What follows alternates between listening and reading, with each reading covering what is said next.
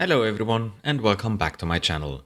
Today I want to try something that I have never done before, and that is to use one of these connectors on a sound card. What you can do here is you can add a daughter board and it will enhance your sound card. Modern, in quotes, sound cards integrated everything into one sound chip.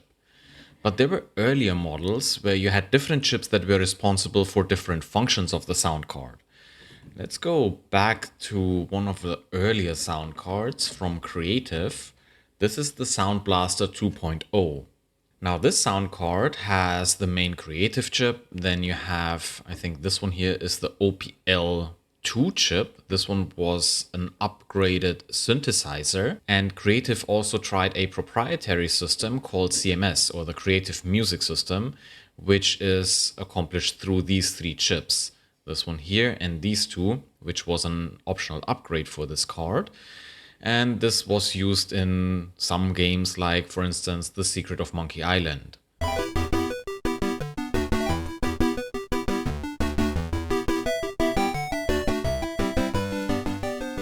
Later cards then upgraded from OPL2 to OPL3, so here you have the Yamaha OPL3 chip. But in essence, the cards still kind of work the same. Yes, you get more features, for instance, stereo output or 4.1, 5.1 output, even 7.1, sound fonts, and so on.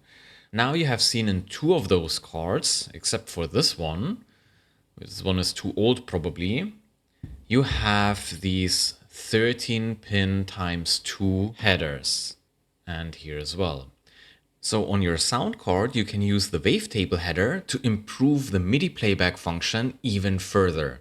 So it's not only generated in the OPL3 chip or the integrated sound chip that's on the sound card, it can use real recorded samples to play back MIDI music. And of course, this is something that will change the atmosphere of a game significantly. So what we want to do today is to experience how we can upgrade a sound card like this, or even this one here, which probably will be in a follow-up video, by adding a wavetable board. Unfortunately, if you go online, you will see horrendous prices for wavetable boards these days. But luckily, the community already has a solution for this. If you know how to order PCBs and you can solder a little bit, you can build your own wavetable board for around $30 and it will have a lot more features. What do we need to accomplish this project? So first of all, we need a sound card, of course. I'll put this here now. And then you need a few components. The heart of the wavetable board will be the RaspberryPi Zero 2W. This little computing board is providing a platform that we can use to emulate everything that is necessary for a wavetable daughter board. But that's not everything that we need. We also should add a digital to analog converter. This is something like $2. And optional, we can have a LCD screen. This I think is also something like $2 or something like this. And then we need a few components to solder everything together. So we need some headers, some connectors. To add all these components together, it is much easier to have a PCB. And Scrap Computing already created a PCB that we can use today. I will have the link in the video description, the WavetablePi. Now this board, once it is assembled, here is the connector that goes on the sound card, will basically plug over your sound card wavetable header. I think it's the other way around actually. So it's this way around. It will provide the wavetable feature, which we can control using software. So it is a completely emulated solution, but it can emulate MT-32, so Roland MT-32, as well as General-MIDI. So what we are going to do now is to assemble the WavetablePi, and then we are going to test this sound card once without the daughter board and once with it. Don't worry, we are going through step by step how to configure this, how to load the operating system on the Raspberry Pi, how to configure it correctly, and switch between different modes. And of course, if you need PCBs for your own Wavetable Pi project, you should check out PCBWay, the sponsor of today's video. I have ordered 10 PCBs, which seem to be the most economical number of PCBs you get when you work on a project like this. So I definitely have a few spares. If you want to get your own set of PCBs, you can just head over to PCBWay's website, you upload the Gerber files that you can download from Scrap Computing's GitHub, and then you just select the color, you select the thickness of the PCB, and you can even have them gold plated if you want to. But making PCBs is not the only service PCBWay offers. CNC machining, 3D printing, sheet metal fabrication and injection molding are other services that PCBWay can help you with. So, if you need a partner for your next projects, make sure to check out PCBWay.com. Links are in the video description. I have a little bit of a criticism about this board, and that is that the Raspberry Pi goes on like this, and then the board is going to clip on the wavetable header like that. So this is facing up. Now, that may be okay for a sound card like this ESS card, because they left out all that space that, yeah, the Raspberry Pi will fit there, but it does have some depth. Now, if I go to my Soundblaster 16 card, I have here some capacitors, and that will be an issue when the Raspberry Pi is facing down. So I'll definitely touch the capacitors. That is why I will not assemble it as it is mentioned on the board. So what I have to do is I have to basically bring this to the other side. It has to face down so the pin alignment is still correct. But yeah, so to avoid touching components on the sound card, I'm going to assemble it that way. And then I will still try to add the LCD screen on top of it. And here comes the DAC, the purple board here, on top of the Raspberry Pi. I also have to make sure that all these pins that I will solder to the board do not stick out too much on the bottom, because there could be other components that are going to touch these pins. So yeah, they are modified by me. That's why you see this pin header looking like that. If I find the time and with the permission of Scrap Computing, maybe one day I will try to reverse engineer this one. It's not a very complicated PCB, but still, considering all these different cards, I would prefer something that is having all components on the top, and even these through-hole components, replace them with SMD components and have all these LCD and the DAC and the Raspberry Pi spread out on the top of the board. So there should be nothing on this side, it should be smooth, and then you will avoid all these problems. The Raspberry Pi will be permanently soldered to this PCB. All the rest is going to be detachable, so the screen and the DAC. It's not something you have to do, but I needed to create space that I can stack them above each other. And these connectors that you see here, they are working quite well for that. I may also have to remove these pin headers here, the male version, and replace it with the female version, because this one I can adjust and bring the pins up that they don't go too much through this PCB. Okay, so then it's time to assemble the WavetablePi. And here is the board of the WavetablePi. The board faces up now, exactly how it would be then on the sound card. And I will start with soldering the pin headers that go over the wavetable header on the sound card. Now, I don't have the proper 13 pins times 2 headers, so I'm just using 2 single row headers here. I just simply didn't have the time to order everything that I needed. But, well, this will do as well. Let's just try to make it work with whatever I have at hand. And now we should just be able to solder these connectors to the PCB.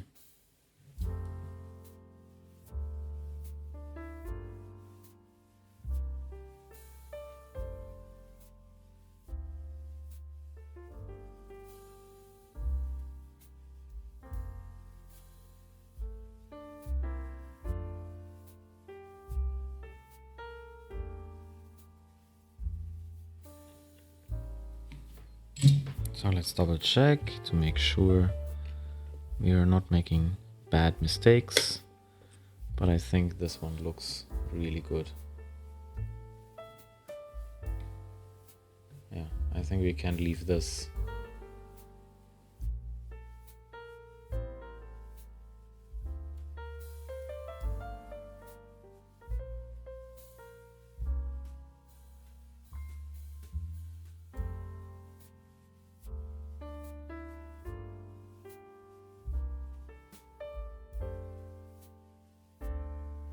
I may want to redesign the PCB to avoid all the problems that you have with the clearance between the sound card and the Raspberry Pi. So I would like to bring this Raspberry Pi on the other side and spread out the rest of the components on the top of the PCB. So the side of the PCB that faces the sound card will be completely smooth. And then it would work with most or all sound cards. But I'm amazed that you can use this to emulate a wavetable board and you don't have to pay the ridiculous prices that you see on eBay. Some of these cards go for hundreds of dollars. Okay, and we reached the last 2 pins.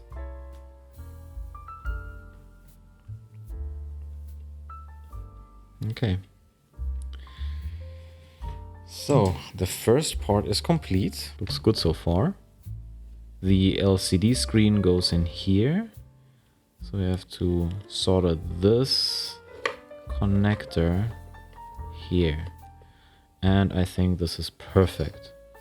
So as I said before, I want to keep the components that come out on the other side of the PCB to a minimum. So I need to have the solder go through the via as much as possible.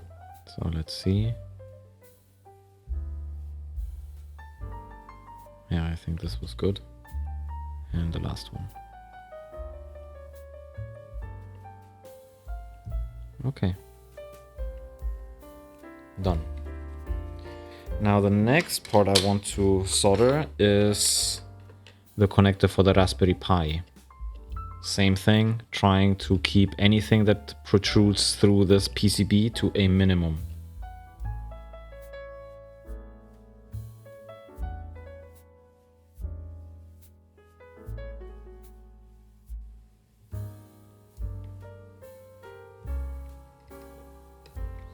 So yeah, this is not a hardware wavetable board. This will be completely emulated.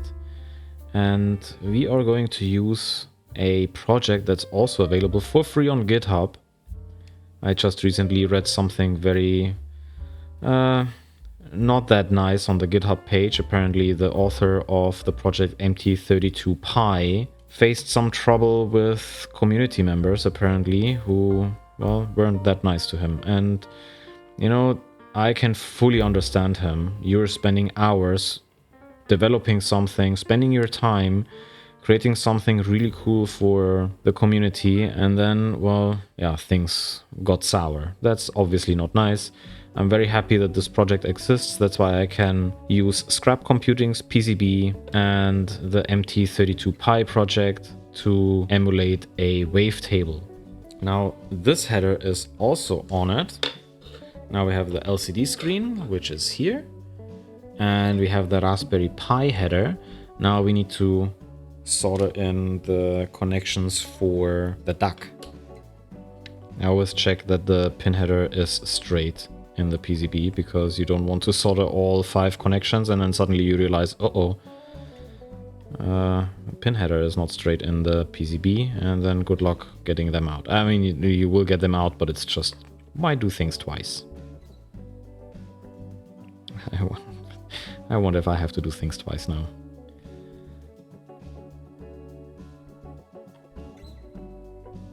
Let's see if my way of assembling this board actually makes sense. Not that I overlooked something very crucial and I'll end up with more work than I wanted.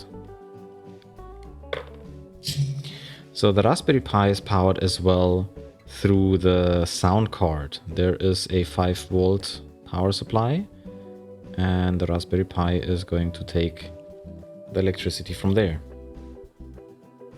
But we're done now.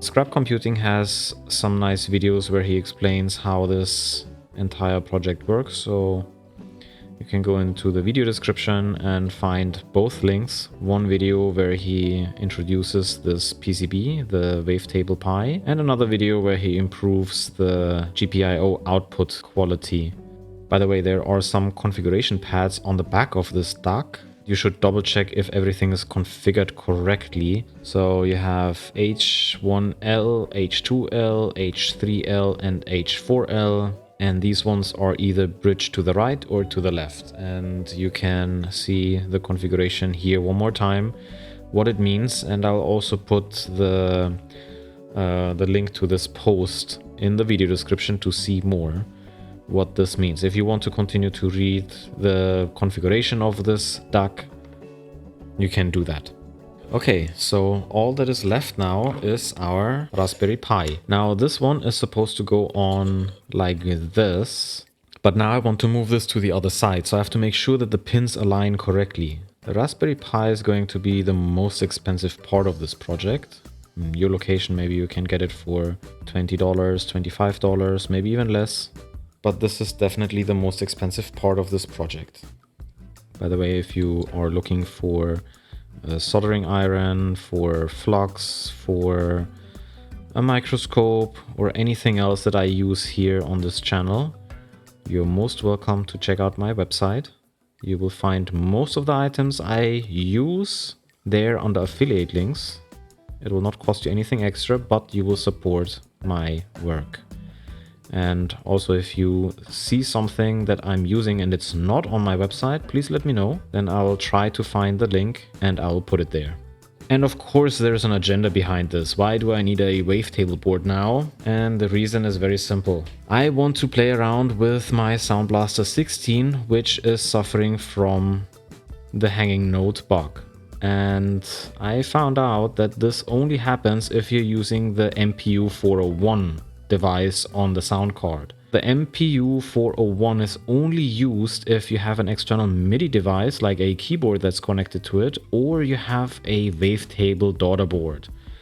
And that is why I was never able to reproduce the hanging note bug on my Soundblaster 16 or any creative card that I ever had. Basically, I never experienced it since I have this channel here.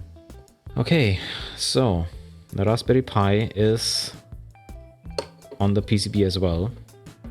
Okay, I will clean this up, but then we will look at what I created here one more time with a camera, and then we will copy the operating system onto the Raspberry Pi, configure it, and then we will see if this Wavetable daughter board works. Okay, and here it is. I decided also to add the low pass filter. Maybe one day I will test it. So I already had all my equipment out and I thought, okay, let's just finish the board. But you can see that I added SMD capacitors here. The resistors, because the spacing was so wide, I couldn't use SMD resistors without adding some sort of a wire. So I decided to use through-hole components, but they're all not really sticking out on the board. It's very minimal. We have to add some jumpers here. We have to add our digital to analog converter for these pins here. And we have our LCD screen that comes here as well.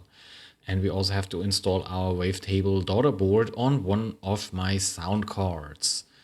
Luckily, we still have access here on the back to insert the micro SD or mini SD. What is this? Micro SD. Yes, a micro SD. So we still have access to this. That's great. But yeah, so all the other ports, the HDMI port, the USB port probably is accessible if you have the correct wire. So let's add the jumpers. The position to the right, just remember, I have everything the other way around. Here you have a description what you need to jumper in case you want the DAC or the Raspberry Pi.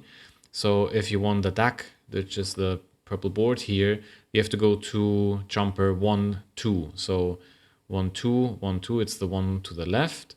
So if I turn this around, it's basically, now it's the pins to the right. So I need to jumper these two positions together like this. So if you look at this, it's the one to the right here. So let's see, now we turn it around. So it's basically these two to the left now, which means it is on position 1, 2, 1, 2. So you have pin 1, pin 2, pin 3. The 3 is here. Yeah, and 1.2 means DAC. So this is running through the DAC now. Now let's take a sound card. I want to use a sound card that I have multiple cards of. Untested hardware and so on. I don't want to destroy a Soundblaster 16. The one that I recently fixed. If you haven't seen the video, it's linked in the top right corner. I would like to make sure that that sound card is alive when I want to test a working daughter board. But yeah, so one more thing what we have to consider is where is pin 1. So here it's marked as pin 1. I think on my Soundblaster 16 there is no mention of pin 1, but I haven't checked exactly, so it might be that I just overlooked it. And pin 1 is here in the top right corner.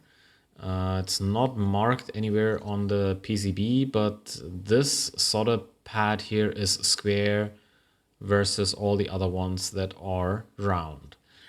So now let's add our daughter board. We just have to press the entire assembly down, and this hurts a little bit because there are all these pins sticking out. So, okay, so this is it. This is my ESS audio drive with an installed Wavetable daughter board. But we still have to prepare our SD card. But before we do that, let's install the DAC. So this one here goes just on this one. This one should be quite easy. So here I can just press this down now, or I should be able to press this down. There we go. And here comes our LCD screen on our daughter board as well. And get rid of the screen protector. There you go. Okay. That's pretty much it. So I just checked there's no possibility for this thing to touch the PCB. So I was lucky that this one has enough clearance, but it is close. It is close. We have enough clearance on this card. However, if you look at this assembly now, yeah, you will not be able to use the adjacent ISA slot or PCI slot if this card is installed. So now let's go ahead and prepare the SD card, and then I think we still have access to our SD card slot here. So yeah, coincidence, very nice coincidence that it's still possible with this PCB to access everything, even with me changing around the position of these components.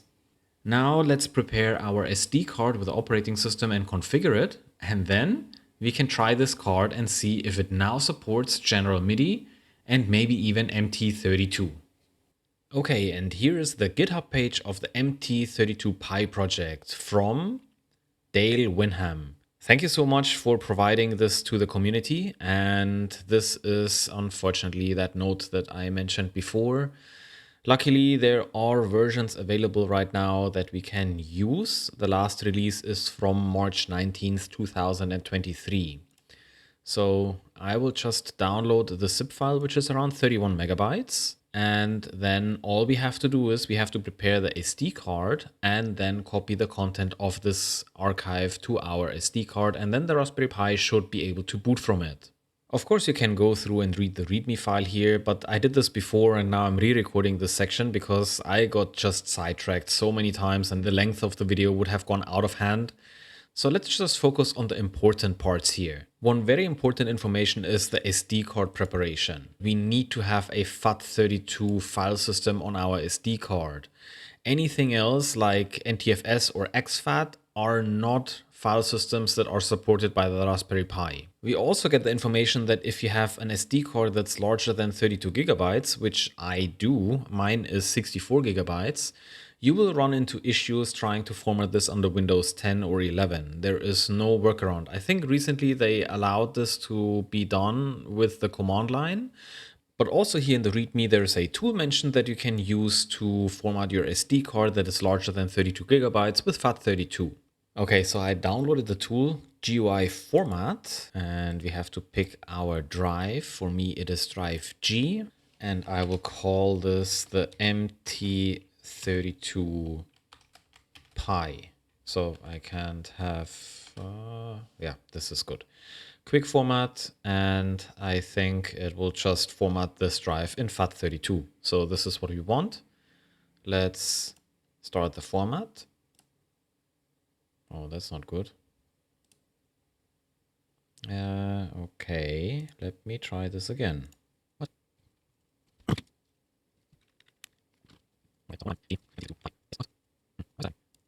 Now we have drive F MT32. Now it works. MT32, what file system is this? FAT32, and we have 58 gigabytes. So yeah, this is our 64 gigabyte drive. I don't know why this tool had such a big problem to get this drive formatted. It worked somehow now. I will not touch it anymore. So yeah, your luck may vary. Okay, now let's have a look at what I downloaded. This is the file that I downloaded. This is the MT32Pi project. It is about 31 megabytes in size, but I have a second one here, and this one has 41 megabytes. I'm going to use this one. I didn't change any of the content. All I did is I added the ROM files for the MT32. Unfortunately, these files are copyrighted, so I cannot share these ones. You have to find them yourself. And I added one additional sound font, this one here. This is apparently a really good one. We are not going to use it for now, but there's also a default one, which is this one here. And this is going to be loaded by default. But before we get there, we first have to configure MT32Pi, and there is just one configuration we have to look at, this MT32Pi.cfg. Let's just go through the configuration file here and see what settings we have. So you always get a block of text that describes what the next setting is going to do. And here we already see the first setting that looks like we are defaulting to MT32. But in our case, we want to go with Soundfonts. So let's just copy the sound font. We don't need USB for our test, so we can turn this off. This may speed up the Raspberry Pi to boot up. So device output PWM. No, we are going to use our DAC. This is the purple board that we added. So this one here we have to set. Scheme. I looked through the schematic, and I think if I'm going to make a board, I will try to add the 4-button scheme. So this is just additional 4 buttons. I think you can switch between the synthesizer, which is either Soundfonts or MT32. Then you can either switch between old and new ROMs for the MT32, or you can cycle through the Soundfonts. And the other 2 buttons are for volume control up and down. So we cannot use that option right now. Fluid Synth. This is the sound font synthesizer. And in here you can pick which sound font you want to pick from. It is a 0-based index, so that means 0 means the first sound font, and 1 is the second one, and 2 is the third one, and so on. But I will leave this at 0 right now, so it should pick up the default one that is also in the release when you download it from the GitHub page.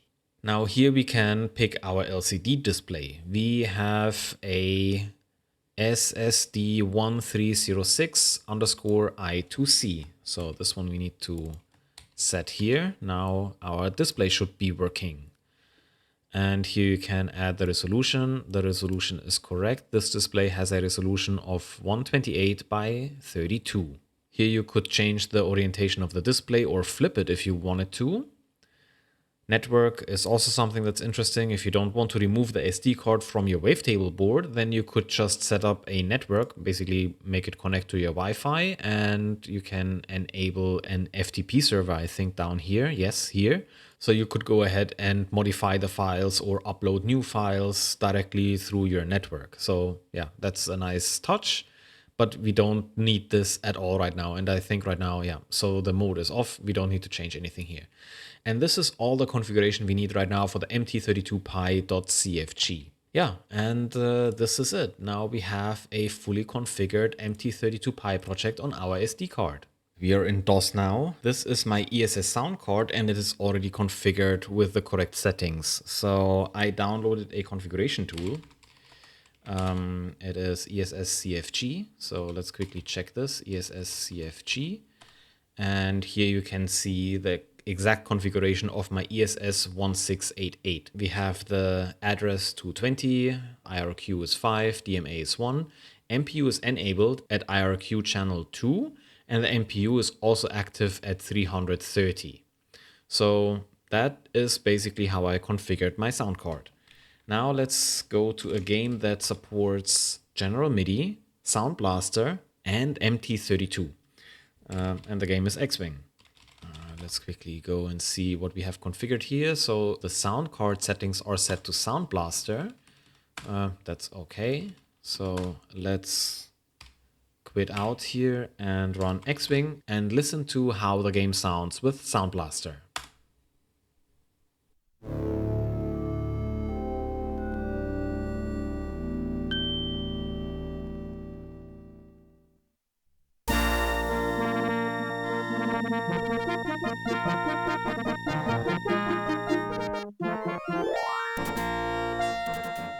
So yes, this is absolutely how I remember this game from my childhood. This is how this game sounded. Now this is synthesized MIDI music generated by the ESS sound chip. But now let's try and see if it makes a difference when we set our soundboard configuration to General-MIDI. This should use the sound font that is loaded by MT-32Pi, and then, well, we should have a totally different experience in that game. Okay, in the bottom right corner, you now see the display of the WavetablePi, and if this wavetable board works, we should see some output here now. So let's see what happens when we power on the system. Yeah? Yes! The MT-32Pi shows up. It shows which sound font is being loaded. And we are ready. So I think this is it. Let's run the game with Soundblaster only, because I want to show you that the bars will not move. Nothing is happening on those bars. They are not moving. So let's go to the install one more time. And now let's change to General-MIDI. This is something that I have never experienced before. I'm really excited. To all people that have never had one of these wavetable expansion boards, did we miss out? Let's see.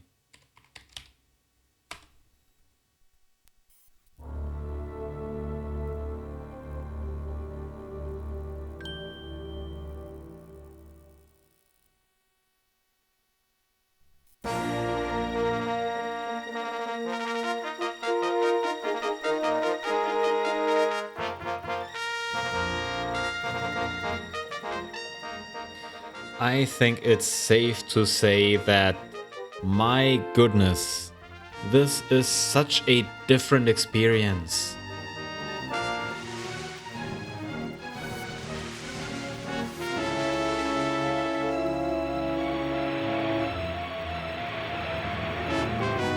And we even get engine sounds, and you can hear that these are real instruments that are being played.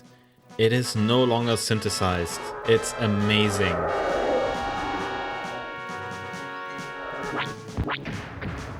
Got him.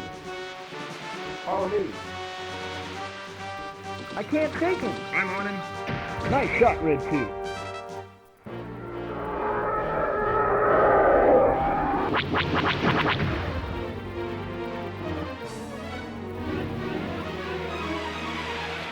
So yeah, to all you guys, me included, who never had a wavetable expansion board, did we miss out?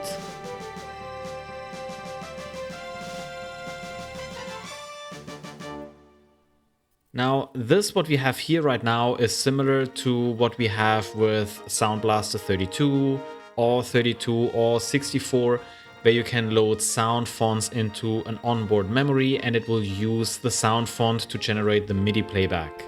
This is something that I have already covered on my channel in a previous video. And yeah, this is essentially what we do with my ESS audio drive here that doesn't support loading sound fonts. This is pretty cool. And I think the output is very clear. This digital to analog converter is doing a really good job. I cannot hear any distortions or noise. So since Star Wars also supports the MT-32, I think we should give this a try. Okay, now we are back in the MT-32Pi configuration file. Now let's try to configure it for MT-32. And I think, yeah, so here's the first one. We have to change to MT-32. MT-32 emulator. Now these options become important. ROM set old. So just leave this as default right now. And yeah, so the only thing that we changed was to set from Soundfonts to MT-32, and the rest is exactly identical. Let's get this SD card back into our WavetablePi and try to get Roland MT-32 sound output. And okay. Oh, I think this is what you get also on the Roland MT-32 main display. So let's change our board to Roland with Soundblaster. It's funny that it just says Roland. So, okay.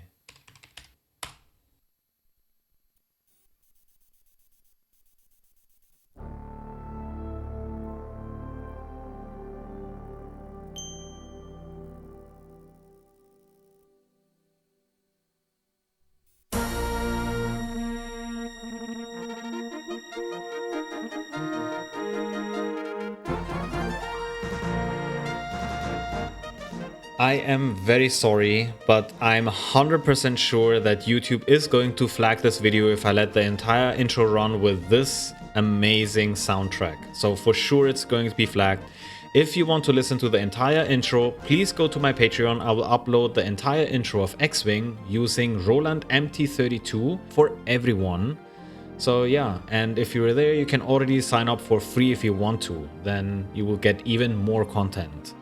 This is awesome.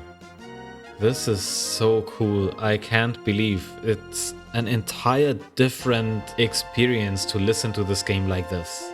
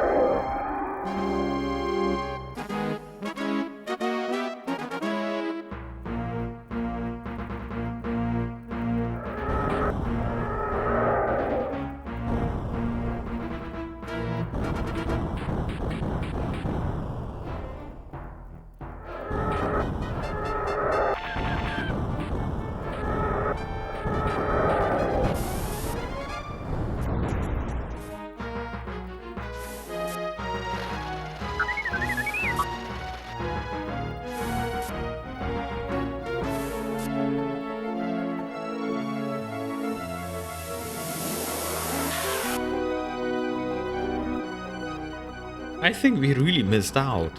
I have never had a real MT-32, but I know you need an external device, you need cables, you need to hook up multiple devices to make this work. Now you can have a simple solution that you just hook up to your sound card and you will be able to get all this goodness for around $30 US. I must admit that the Roland MT-32 has fantastic samples. But I wonder, because these ROM files weren't that large, where are all these samples encoded in? I think the ROM file was barely 1 megabyte?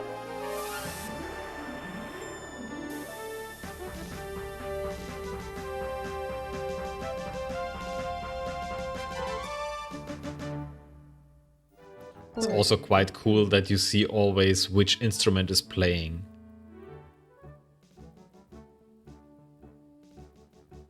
So cool. Yeah, so this is everything I have for this video, and now I have a wavetable board that I can also use on my Soundblaster 16 and work on the hanging note bug. But before I go, let's quickly go to the secret of Monkey Island. It's so funny that it says Lucasfilm Games. Where does it get this stuff from? That's so cool.